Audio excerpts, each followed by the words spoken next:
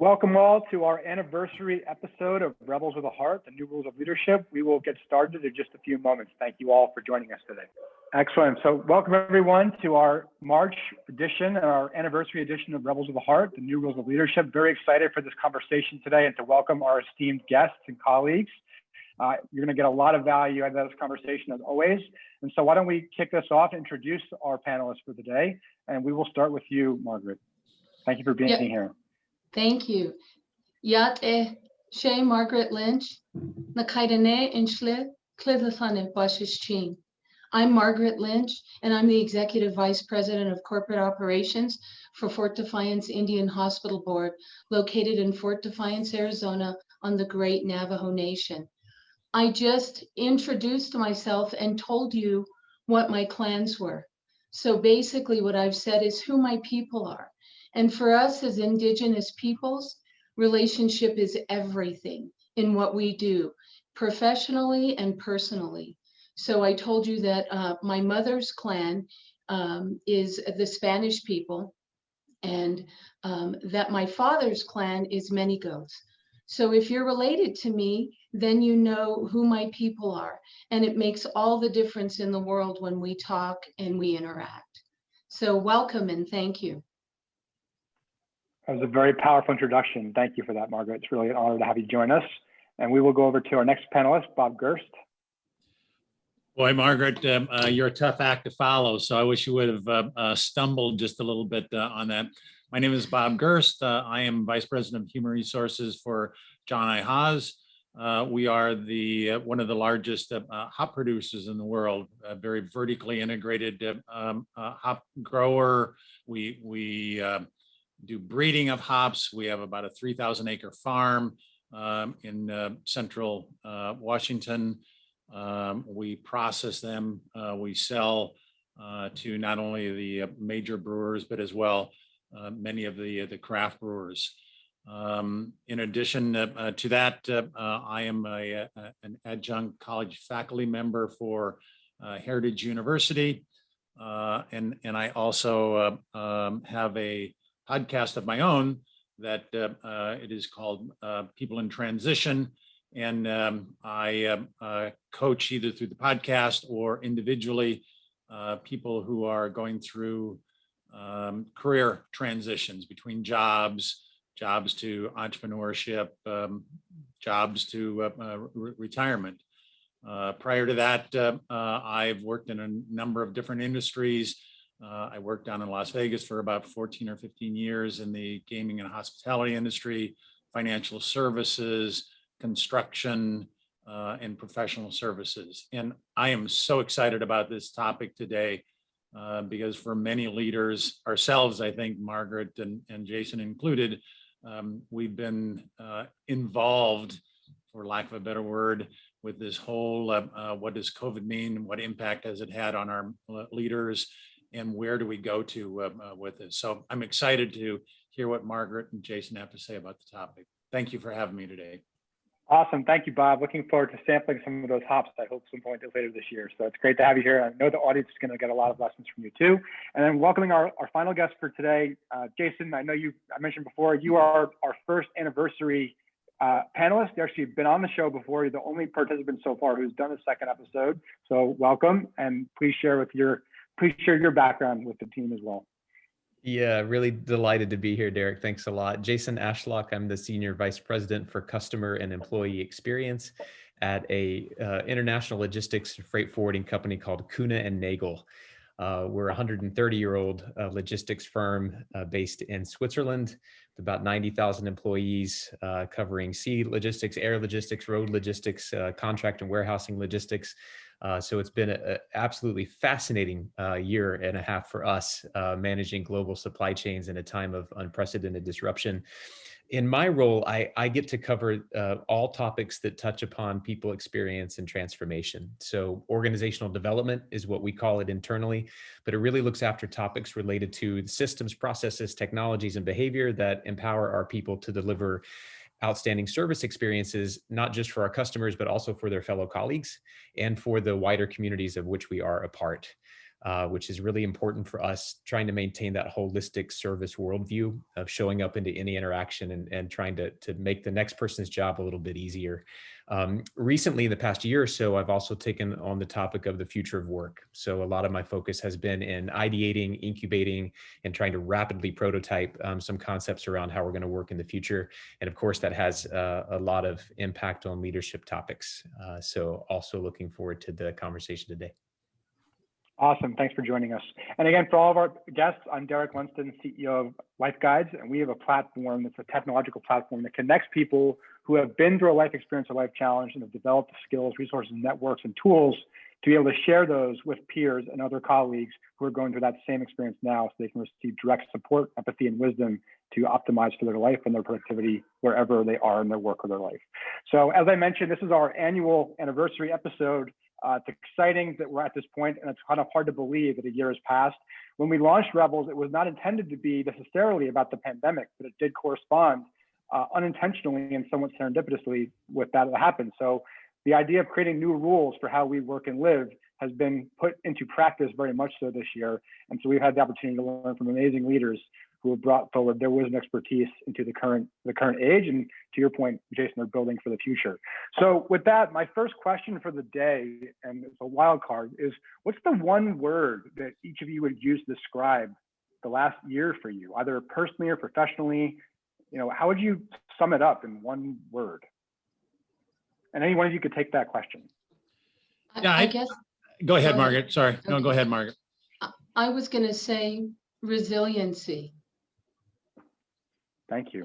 I just watched people step up to the plate and do whatever it took to continue to keep going. People facing their own fears, their own anxieties, and then watched a team of amazing people just be resilient, come to work every day and provide patient care. I mean, in the midst of a pandemic. So I would have to say resiliency. Thank you, Margaret. Bob or Jason? Yeah, yeah, I'm gonna have to break your rules of your question. You know, in last March, we've been in this lockdown for 53 weeks, and I really do kind of put each of them in phases. So kind of last March through about May, we were in the responding phase. I mean, new issues would come up that we had no context in which to make the decision because we've never experienced the issues that we were making those decisions on. And so we were, as a leadership group, really responding to new situations, new data, new challenges, new opportunities as well. And then it kind of shifted a bit into a much more of a, you know, kind of a recovery. There were all these things that we learned from during that first period of time, and we started kind of recovering and getting our legs back underneath us. And there were not too many new things that came up, and that was kind of in that, you know, kind of from May to December. And then as the leadership group, and I'll be interested in terms of Jason's thoughts on this, we then started to think about, okay, what's next? How do we, you can't negate what happened during that last year. And so how do we take that platform and really take the learnings from that and thrive from that? And so those, I guess those would be my three words in terms of that. Thank you, Bob. That's very helpful. I'm going to dig into that further in just a moment. Jason, your thoughts on this? I was just thinking you can't title a webinar Rebels and expect anybody to follow the rules. So well done, Bob. Exactly. It's a difficult question and a lovely exercise. I'm going to choose compassion. I think it's really hard to hate anyone when you know what they've been through. And there's a time in sort of world history when we all know what each other's been through. And I think that's provided a kind of empathetic architecture for our exchanges and our work. I see it a lot in our customer interactions that have taken a new type of tenor, a different shape.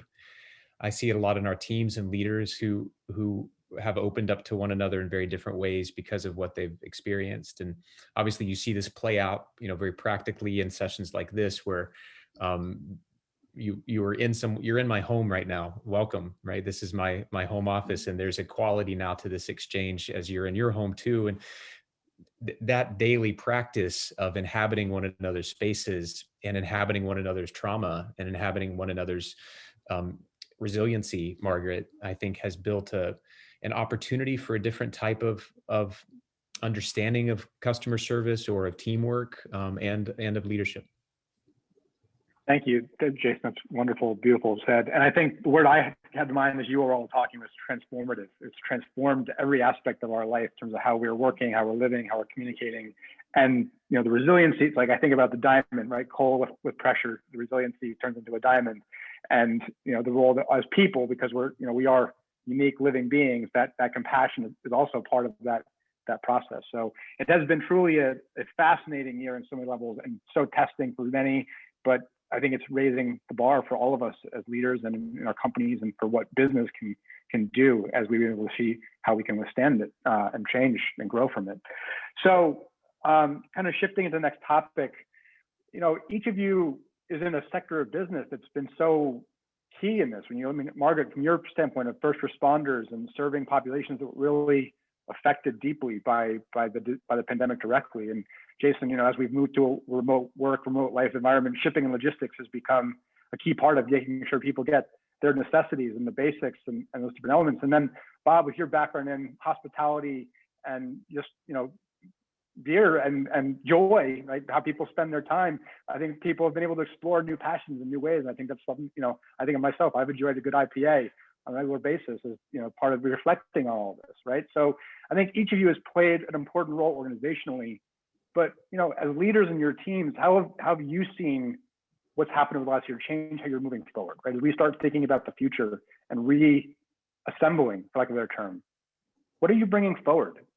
What does the future look like in this new model? Any one of you can take that question. So I recently read really an interesting survey, and it asked about culture in organizations and the impact that the COVID has had in terms of the culture and the engagement and the success of the organization. And it described, and very simply put, organizations that were well-grounded, well-run, had good culture prior to the pandemic.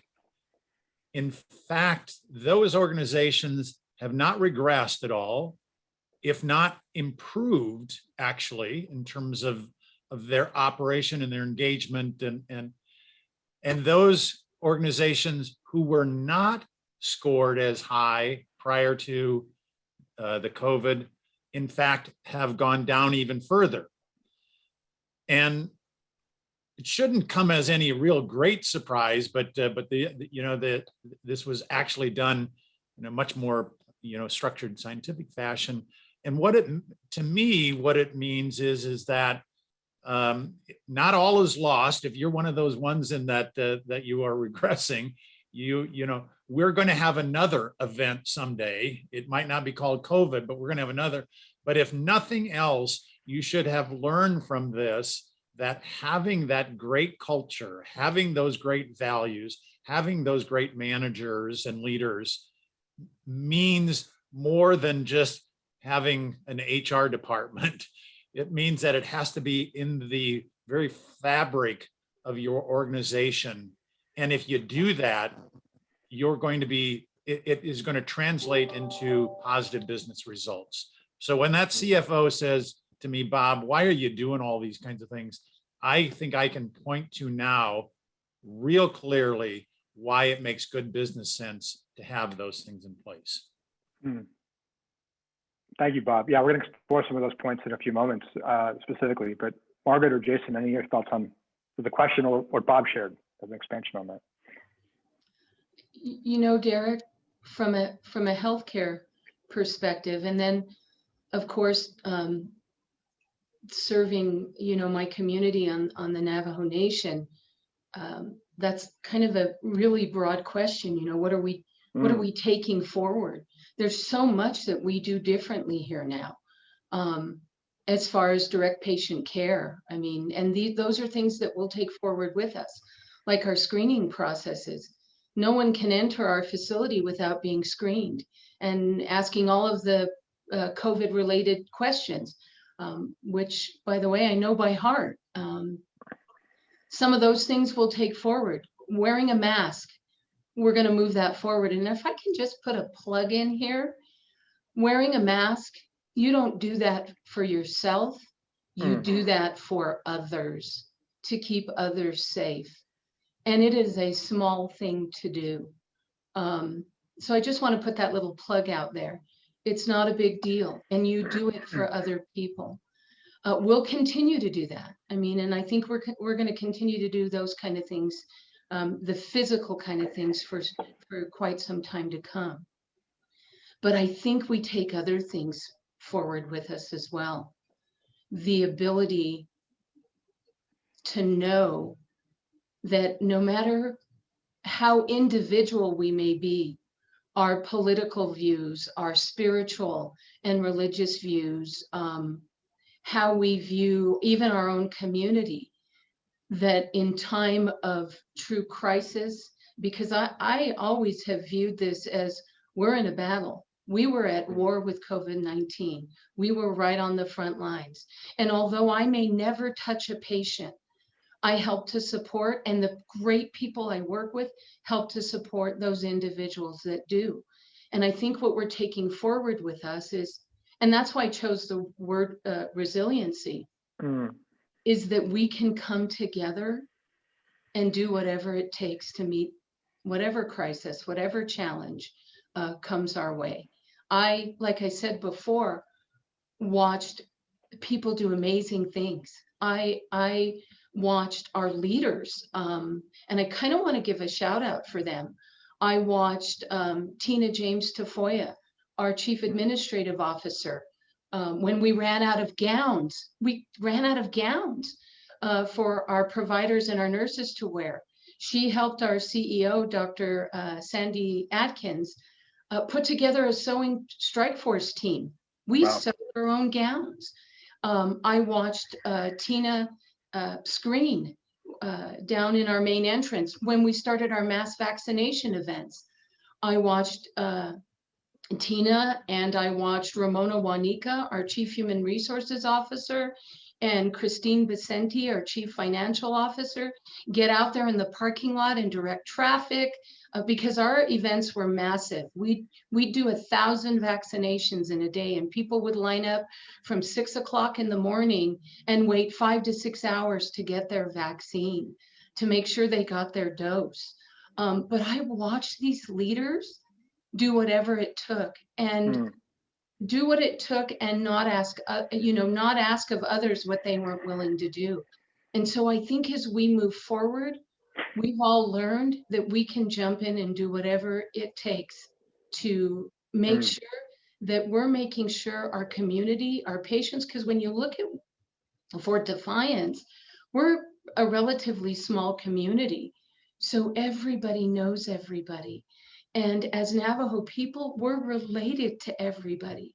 So the people we're serving are our aunts and our uncles and our close friends and our community members. And so as we move forward, I think we take that with us, and knowing that we can face any challenge that comes our way. I'm so touched by that. It's incredible, that work that you're doing and that you've seen. And I think to your point, Margaret, that closeness, that relationship that you all have is very special in that community. And I think that's one of the things that, back to my question, even around the future reentering. I mean, And to Jason's point on compassion, we've literally been separated from each other, intentionally. We've been isolating each other from each other physically in order to preserve public health, preserve the safety of those we care about. And I think we need to be thinking about how do we reconnect that sense of that feeling of being disconnected. We're emotionally, spiritually connected, but physically we've been disconnected, right? And so as we start to bring people back together, how do we ensure that is done in such a way that's tender and recognizing for people who are not as close as the Navajo Nation, for example, but just communities in general? How do we bring that same level of connection and care to other communities and other companies? And that's more of a metaphorical question, but important nonetheless, or rhetorical question, excuse me. Jason, I want to come to you for a second, get your thoughts on this. I could watch you were nodding as Margaret was speaking. I'm sure you have thoughts on this question too. So. Well, also you just can't help but nod when Margaret's speaking. I should give the balance of my time to Margaret. It's a fitting time to talk about this question because tomorrow morning I'll meet with our management board for a couple of hours to talk further about a future of work playbook that we're introducing into the organization right now. And it really serves as a repository of much that we're taking with us. It also serves as a reminder of some things we're leaving behind. And I think it's important that we think of the question in both directions, that we purposefully, intentionally commit to stopping certain practices that were contributive to anything unhealthy about the way that we worked. And this is that moment of great reset that we don't get often and may not get again. I will tell you, one of the major impulses in our organization right now is around sustainability. I don't think that's a unique or a surprise to anyone listening here. Most of your organizations have your own commitments to sustainability or environmentally conscious behavior or whatnot, but it is at the pitch of that conversation is intense and is being driven by our employees who have a value set around this that has been put into even greater relief in the past year and a half as we've been confronted with some of the disastrous consequences of an unthinking approach to the environment. And so let's say some things we leave behind, some things we take with us. On the take with us side, I'll just mention a couple of things. We really want to take work with us this deeper connection to the purpose of the work, which Margaret calls to mind so effectively. But it's easy, I think, whatever industry you're in, even healthcare, Margaret, as I'm sure you could agree, that when you're not in a period of crisis, the administration of the work, the doing of the operations, you can become quite divorced from the impact, the purpose, the second, third, fourth order effects of your work. And this time has brought us, I think, much closer to the impact zone, to the surface area of our impact. And so being driven by purpose, trying to help people in the organization find and connect to their purpose, how they can bring what drives them and put that on top of the work that they're doing and the customers they're interacting with. A second thing is trust. How do we leverage what we've learned this past year of teams really trusting each other in new ways, customers coming to trust us in new ways, all born out of necessity, not born out of some self-enlightenment. We had to trust each other because we were no longer seated next to each other and had no kind of view on each other's work. Our customers had to trust us because of the extraordinary difficulty and disruption of the carrier market or the air freight inventory, et cetera. And so you're thrust into these moments of having to trust, and you learn that actually it just works better when you trust. So now how do we rebuild better structures that just encourage that trust? And then the last one is confidence. We can do extraordinary things. Let's name them, let's celebrate them, let's look back on the past year and talk about the things we did that were unprecedented, that we never thought we would have the capacity or capability to do, and somehow we did it. And then let's set some bigger targets for ourselves. If that's what we're capable of when really put under pressure, then why do we accept so much less from ourselves more regularly? Why do we cut the corners, and why do we accept performance from our leaders or from each other, or from a sustainability perspective or from an inclusion perspective? Why do we settle for anything less than what we know we're capable of? So let's take that and build on top of that. Oh, that was very... Yeah, go ahead. That was really powerful, and I learned a lot, and I made some notes myself that I'm going to take back. One of the things that that we've discussed as a management team. We are a 107-year-old company. Our sister company in Germany, 226 years old, and we have been very values driven for years and years and years. And one of the things that we've talked about as we start bringing more of our workforce back that has been working from home is that maybe we need to do kind of a reorientation of what those values mean in the new normal. Again, and I don't know what new normal really is going to look like, but I don't think our values are going to change, but how they play out and how they are,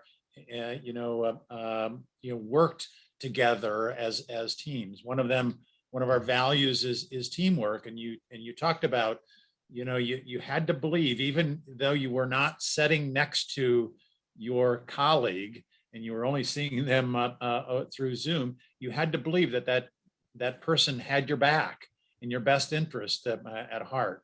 And you couldn't just kind of walk down to their office and kind of reality check. You had to believe that. And that whole trust and teamwork and integrity and all of those values that we have, we wanted to make certain that we reoriented people in terms of what those are and what that means to them, that we've learned during these last 53 weeks and what it means going forward. So I really did get a lot out of what you said, Jason. Thank you so much. Yeah, well said, Bob. And I think to your earlier comment, I think about good cultures and the grounding of that, I think that's much of my perspective is that's rooted in values that are being applied, right? So how do we apply that in this new framework? But I want to dig in further on one point though for each of you, and I'll pass it to Margaret first. But Jason, I really liked your comment about distinguishing between what we're bringing with us and what we're intentionally leaving behind. We should talk more about that. What are we leaving behind from this as we go into the new model that's no longer serving us or no longer relevant or was served a purpose in this moment, but not going forward? Margaret, what are your thoughts on that particular element? What are we lessening or reducing from this whole experience? I think from just looking what's happened over the last 12 months, I think what we're leaving behind is this idea and this mindset that we're stuck. Things are always going to be the same. And Jason kind of alluded to this, that we get comfortable, stagnant, and a little separated from the people that really do the work. Because when you boil it all down, it's people. I mean, all of the services that we provide cannot be done without people. I don't care how virtual we go. And I really don't care how technologically advanced we go and we have machines that do things. In the end, somebody has to fix the machines. So everything we do is about people. And I think that what we're going to leave behind is this thought that people are distant, people don't really matter. I had the opportunity, we have our local newspaper called the Navajo Times that is doing a piece on our frontline workers. And I had the opportunity to get to read their reflections. And it just humbled me because it made me realize, although I was watching everything play out and helping make the big picture decisions that were moving the organization forward, how truly disconnected I was from what was going on in those patient rooms. And you have to know that in our small community, when someone dies, we all know them. When someone passes away in our COVID unit, the likelihood of them being related to an employee is great. And when I read these, I actually read all of them, but the one that struck me the most was one of our respiratory therapists. And she talked about how people weren't allowed, family members couldn't be in the rooms with their loved ones and they knew they weren't going to make it. And she said that I was there and held their hand and was able to tell the family members they were not alone when they left this life into another life. So I think what we leave behind is the impersonal attitudes we get when we come to work, that we're just drawing a paycheck, that what we do doesn't really matter. And it does. Every single day we come to work, it matters. I know you can tell that COVID has hugely impacted me emotionally. And part of that is because it did our entire facility. It's different when you're distanced from the disease, but when you have to come to work every single day, knowing that you could potentially catch it, knowing that there are asymptomatic people that come to work, patients that come in, that you run the risk of getting it. And because we have such high comorbidities on the Navajo Nation, which is a result of all kinds of things, lack of clean water and infrastructure, but just knowing that if you get it, you may be able to survive. But what about, because we live in multi-generational households, what about grandma and grandpa? What about my uncle? What about them? And so it was hugely challenging for us. And I think as we move forward, we're leaving behind that old mindset that we're individual and that we do things alone and that I'm just drawing a paycheck. No, what we do every single day matters in and outside of a pandemic. We impact the lives of people, whether we want to admit it or not. Every decision we make, everything we do. So I think that what we leave behind, Derek, is that, there are a lot of process things and things like that we're leaving behind, and things that we're going to be doing differently, and how we screen our patients and how we see them in the clinics and everything. All of that is definitely changed and going to continue to change. But I think more importantly, when we're talking about LifeGuides and leadership, it's our mindset. It's changed, and we've left that behind, and we're carrying something new with us. Yeah. I just want to again acknowledge your vulnerability and your courage, Margaret. I can just feel the passion, and I can experience all that you've seen, and only on a level I can imagine it. I haven't felt at the level that you have, but I mean, just the example of you being here and sharing that, it's very, very powerful. And I think that from a healthcare system standpoint, you just have such a unique perspective. And on personalizing, I mean, it's literally, to your point, it's family, right? We look at as these other people as family, and they literally are in your community. But that's true of all of our communities. It's true of all of our companies. And I think that sometimes we forget that, or we don't ever forget it, but we're not as aware of it as we should be or could be. And I think that this is a really good reminder and powerful reminder of that for each of us on this call, but also for everyone that sees this later. So thank you. So Bob or Jason, any thoughts? Hard to follow Margaret's act here, but I mean, not act, but her genuine authenticity on this, but what she's saying, I welcome you up to chime in on the question as well. I saw Bob take himself off mute. You know, when you run a lot of virtual sessions for a year, you're very attuned to people's nonverbal behaviors. So Bob. No, I was actually waiting for you and your experience, but I'll try to follow Margaret. You know, what I hope that we kind of leave behind is any thoughts that at work and our senior leadership team, and quite frankly, everyone, any thoughts that they don't own the mental and emotional well-being of their colleagues. We've done several surveys during the last 53 weeks, and a number of them, you know, kind of paper and pencil, if you will, and a number of them just kind of spot pop-up surveys. And one of the things that is very clear is that that this has had an impact, a toll mentally, emotionally on individuals. And, some, are very comfortable in terms of where they're at and the journey. And some, because of, working from home or school situations or children situations, or to Margaret's point, sick relatives, death in the families, and so forth, really are impacted hugely during this time. and I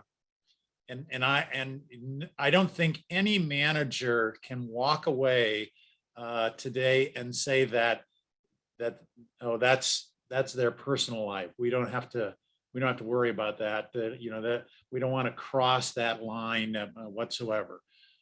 We've confronted in the last 53 weeks so many things that, again, we never had the playbook for.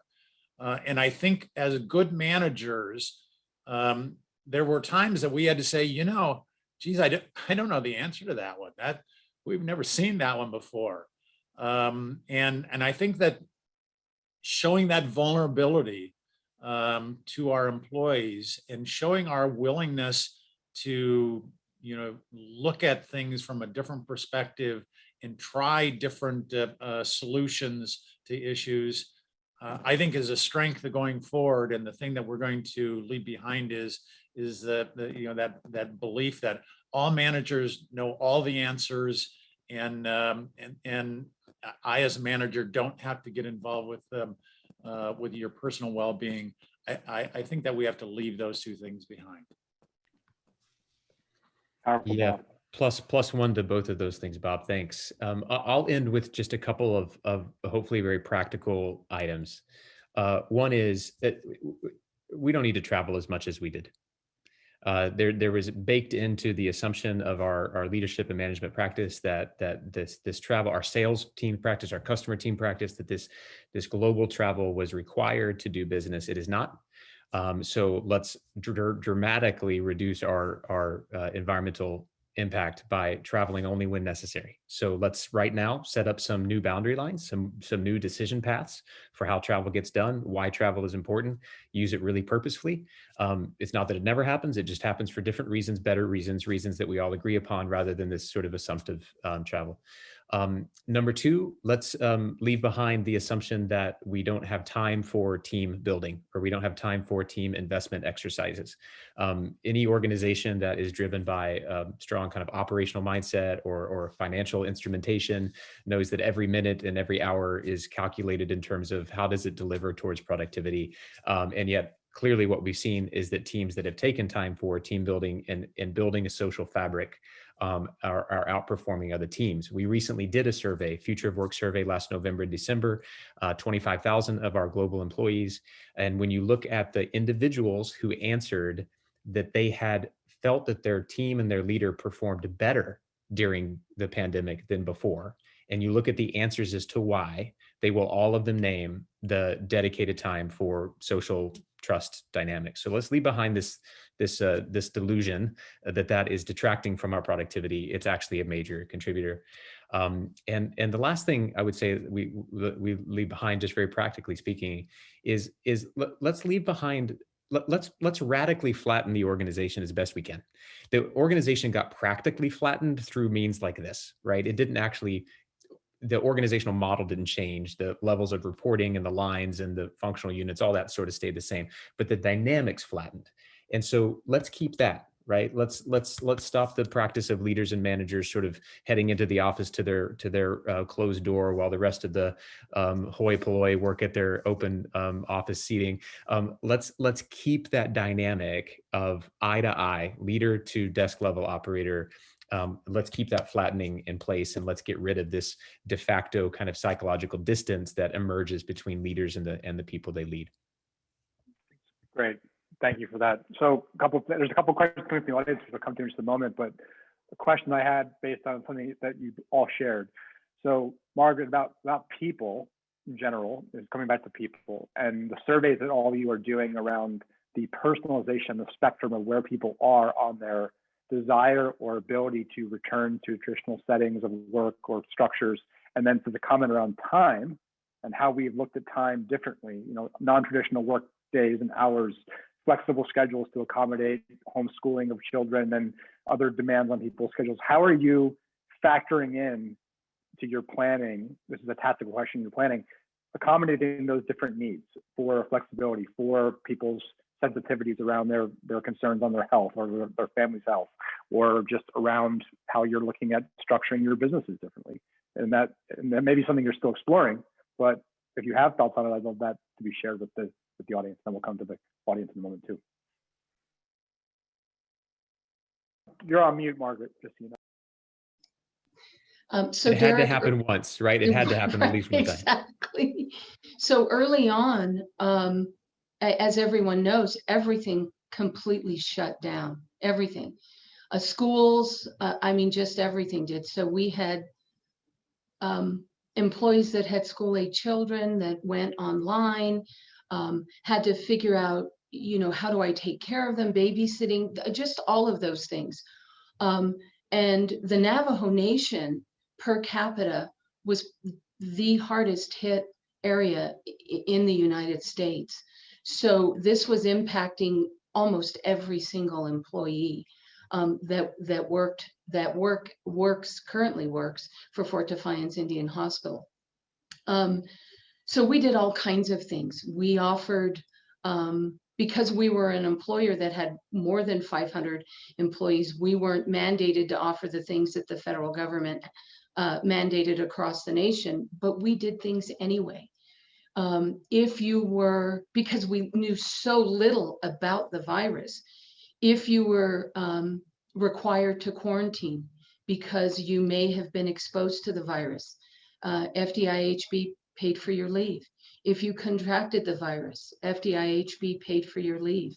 We offered leave for parents to stay home with their children and figure out how are they going to get childcare at home. Unfortunately, for many, many reasons, we weren't able to do remote working. A part of that has to do with the lack of infrastructure on the Navajo Nation. It's just the nature of it out here. The other part had to do with security reasons and HIPAA for the hospital, just those things. Without the appropriate security measures, people really truly couldn't do a lot of their work from home. I'm talking about like administrative support staff. And then of course, our providers needed to be here. We started to do some telemedicine, but that was challenging because we can't do often video like this, not because the hospital isn't equipped, but because the patients we serve aren't. So a lot of that was done via telephone as opposed to having face-to-face. We shut down all of our outpatient clinics just because we couldn't have people come in to the facility. So, I mean, there was so much that we had to change the way that we did business. And a lot of that is still in place. So moving forward, we're slowly easing back on things. We're slowly opening up our clinics. But you also have to remember, we have an entire community where there is still a level of fear. Even though the Navajo Nation is leading the nation in the vaccination rate, we're doing an amazing job. I think it's interesting that we were initially hardest hit, and we're the ones that are leading and getting our communities vaccinated and getting the word out there that it's safe and it's the right thing to do. But as we're doing that and we're opening up, there's still that level of fear and anxiety. And so we still face the challenges of people coming in and having face-to-face visits with their providers. There is so much that's different from what we did initially. We honestly did not have time to do surveys. We were just in the thick of taking care of business every day. And as you all know, we knew nothing about COVID. So, and we rely heavily on the CDC's guidelines. And from one minute to the next, you never knew what was coming out. from the CDC. So daily our processes were changing. Daily how we interacted with our coworkers and our colleagues, all of that was changing. And so we did things, amazing things, like our traditional practitioners. One of the great things that we do here at Fort Defiance Indian Hospital and many, many indigenous healthcare facilities across the nation is that we marry Western medicine with traditional practices. And we have great traditional practitioners. One of our lead traditional practitioner, his name is John Sosi. He would organize, along with his wonderful team, prayers out in front of the front entrance of our hospital. They set up a teepee out there, and they would offer smudging. And also you could get prayers from our traditional practitioners. Our outpatient mental health department offered lunches, so people would congregate in our patio, and social distance, everybody's wearing masks, but they would have like a talking circle where they would share their experiences, their anxieties. So we did a lot of those things in initially, and then carried those things throughout. Those are things that we will take forward with us as we move forward. So much has changed from what we initially did to where we are now.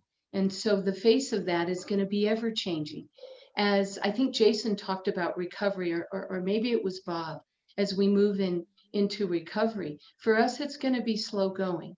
And I think for healthcare across the nation, I think other industries are going to move through it a little quicker, but I think for us, it's going to be a little slower, and we're going to be a little more cautious as we move forward.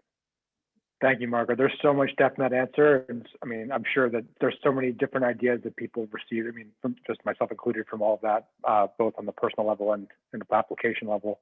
Bob or Jason, anything that you'd like to add to this thread for the moment? Jason, you go first this time. Thank you, sir. You're a gentleman and a scholar. So we've done a lot of listening to the organization to understand how best to approach this. The playbook that I mentioned to you earlier that we're giving to leaders to really help support them in approaching a new way of working offers tools for really analyzing thoughtfully, without assumptions, without baggage, without a kind of outdated conservatism, but neither too aggressive a progressivism, to really think about what type of colleague does what type of work in what way. The tasks and interactions that compose a certain role, what percentage of that role really needs to be done in collaboration, cooperation, conversation? What percentage can be done alone? Of the work that can be done alone, is it work that needs to be really focused work, no distractions, you need a closed door and white noise? Or is it work that can be done in a kind of open setting?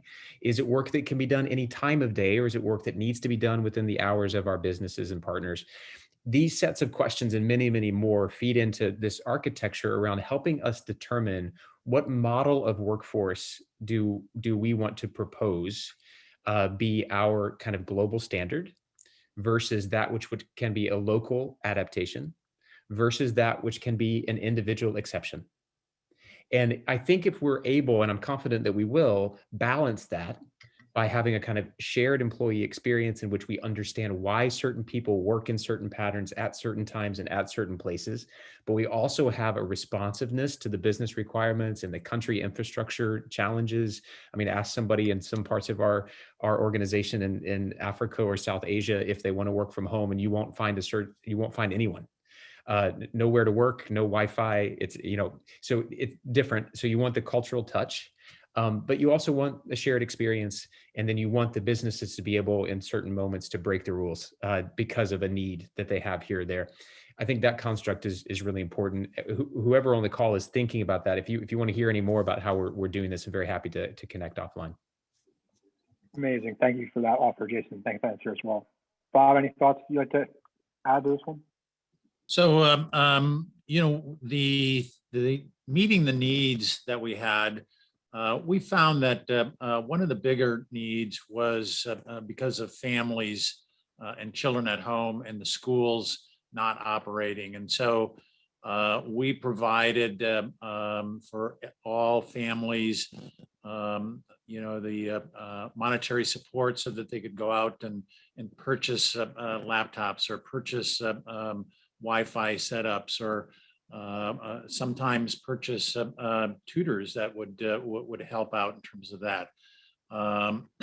We also found ways, a little bit kind of what Jason was talking about, looking at how work is done and how to ensure that in case we had an outbreak, that we could keep that outbreak to the minimal level of exposure possible. And so reconstructing, at the farm, we had, we created pods, groups of 7 or 8 people.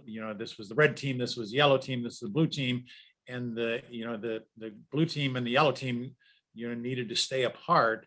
Therefore, our exposure was at a maximum of 8 people at any given time. And we did that as well as in our manufacturing plants, and all types of barriers and protocols in place. And I think the good news is that it not only helped us, from a COVID standpoint, but sickness in general in our workforce has gone down significantly. And so these are going to be practices that we're going to utilize, not only now, but going forward. It's really, really helpful, Bob. Thank you for that. Why don't we close with a question from the audience here? Jason, thank you for your kind answer already. The question I was going to dig into is, as rebels with a heart, what's the one decision or change you would have made this year over the last year? And Jason's comment in the text was he would have prioritized mental health and resources and leadership around that sooner. And I know firsthand, Jason, you're doing a lot in that space already, but the fact that you acknowledge that is really saying something. So I think that, thank you for that. Bob, Margaret, I wanted to pass the same question to you. If you could change one decision you made over the last 12 months, what would it be and why? Go ahead, Margaret, you tackle that one. Oh, there's a point at which it stops being generous, Bob. You just crossed the line. It all of a sudden goes to there's no line. Waiting, There's no more line. It's like, okay, pass the really hard question to me. What was the one decision I would change? Oh my gosh. There are so many things that I think I would like to change, and I didn't make any one individual decision for our organization or even for anything that impacted our staff or direct patient care. It really was truly a collaborative effort.